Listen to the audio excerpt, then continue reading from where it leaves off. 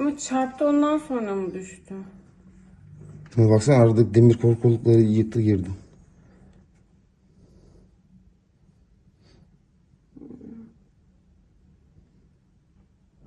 O da çıktı, 2 kişiyse. Çocuk mu? Yok, ikişlerden.